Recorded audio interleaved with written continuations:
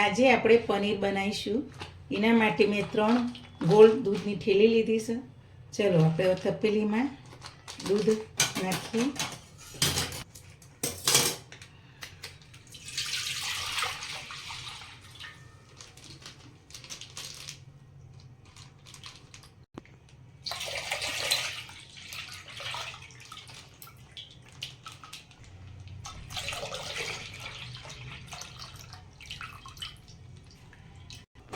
Gas ચાલુ કરીશું. દૂધ ઉકળવા મૂકીશું.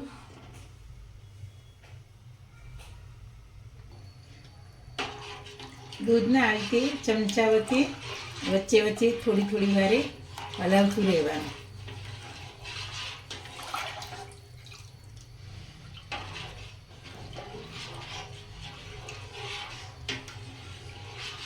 આ રીતે દૂધમાંથી આપણે પનીર બનાવીએ એટલે ઘરનું ચોખ્ખું પનીર મળે આપણને.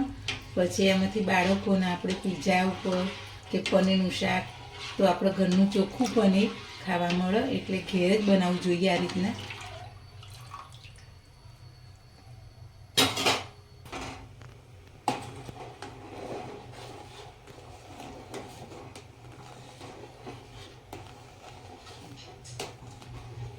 હવે આપણું દૂધ ગરમ થઈ ગયું છે. ઉભરો આવો પછી આપણે લીંબુનો રસ નાખીએ.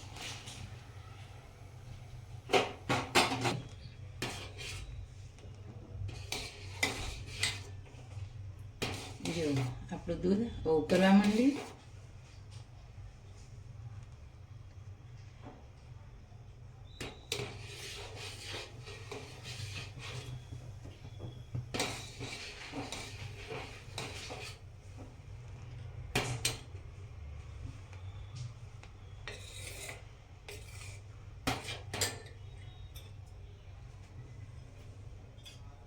આપણે હવે લીંબુનો રસ થોડો થોડો કરીને આ રીતના હલાવતા જઈશું અને રેડતા જઈશું.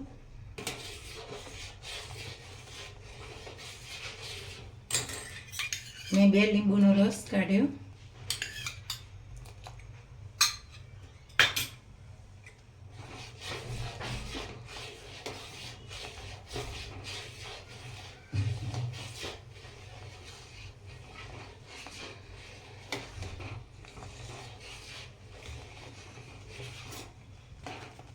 જો આપણું પનીર બની ગયું. આપણું દૂધ અને પાણીનો ભાગ છૂટો પડી ગયો. જો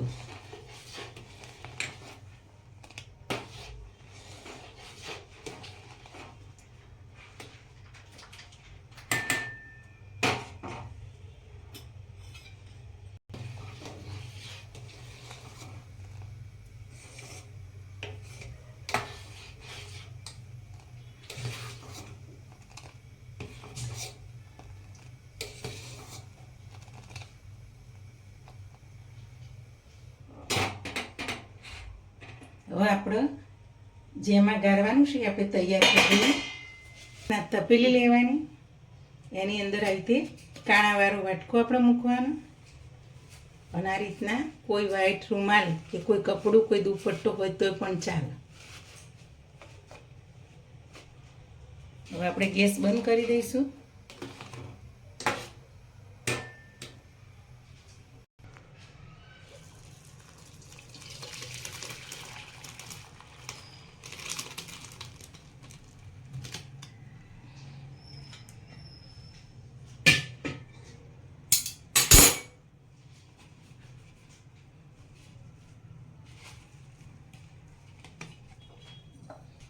હવે ઉપર આપણે ઠંડુ પાણી આ રીતના રેડીશું એટલે અંદર ખટાશનો ભાગે નીકળી જાય.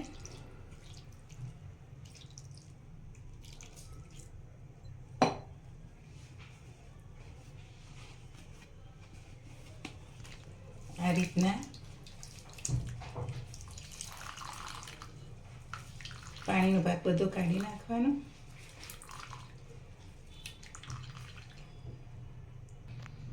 વાટકા ઉપર આવી ડીશ કોઈ પણ કાણાવાળી હોય તો મૂકવાની અને પાણી બધું આ રીતના પહેલાં કાઢી જ નાખવાનું. દબાઈ જેટલું નીકળે એટલું.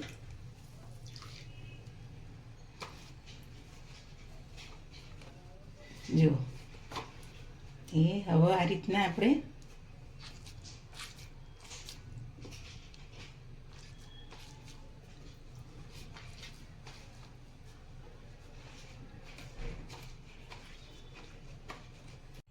હવે આ રીતના એના ઉપર આપણે વજન મૂકી દઈશું એટલે સરસ બધું પાણી નીતરી જાય અને સરસ પનીર તૈયાર થઈ જાય.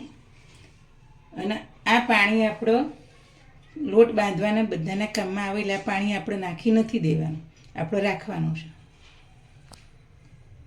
આ અડધો કલાક આપણે રાખીએ, પનીરને બધું પાણી નીતરી જાય ને પનીર સરસ તૈયાર થાય પછી આપણે ખોલીશું. હવે આપણો પનીરનો અડધો કલાક થઈ ગયો. હવે જોઈ લઈએ.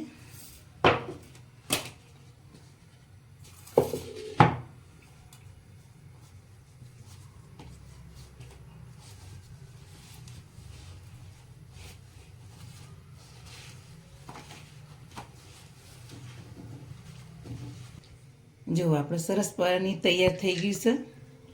જો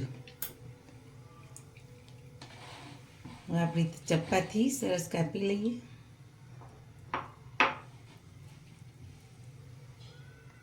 તમારે જેવડા પીસ જોઈતા હોય એ રીતના કાપી લેવાના.